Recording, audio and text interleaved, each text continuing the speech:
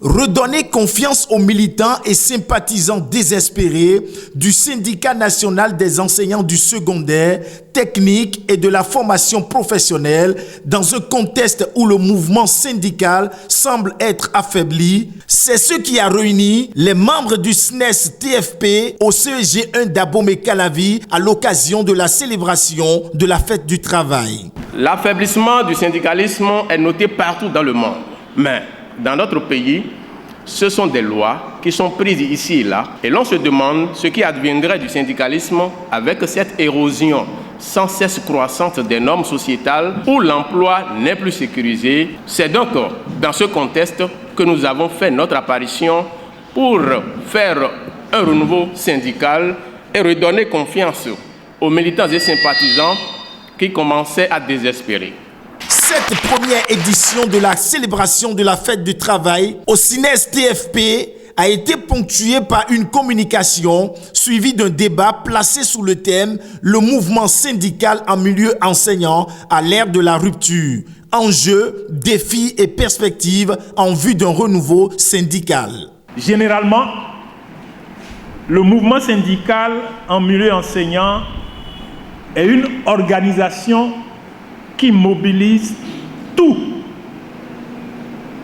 ou la majorité des syndicats du secteur ou à défaut d'un sous-secteur en vue de la défense des intérêts professionnels et économiques des membres.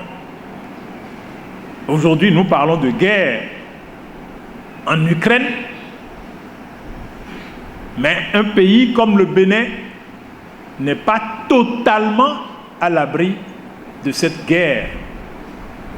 Et qu'on le veuille ou non, il y a des impacts socio-économiques de cette guerre sur la vie au Bénin.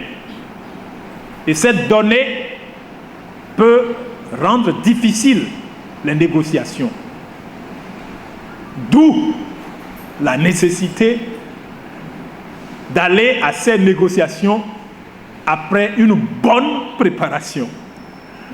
La mission fondamentale du mouvement syndical en milieu enseignant, c'est à la fois d'assurer le développement du système éducatif et du bien-être économique et social de tous les enseignants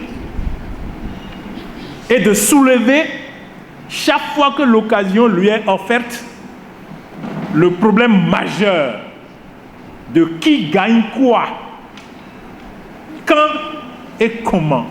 Occasion pour le secrétaire général au bureau directeur national de faire des recommandations au gouvernement dont voici quelques-unes. L'élaboration et la mise en œuvre d'un plan de recrutement des enseignants au niveau des différents sous-secteurs.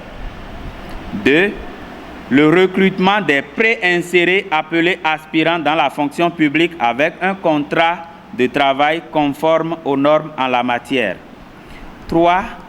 L'élaboration et la mise en œuvre d'un plan de formation et de gestion de la carrière des enseignants du ministère des enseignements secondaires techniques et de la formation professionnelle. 4.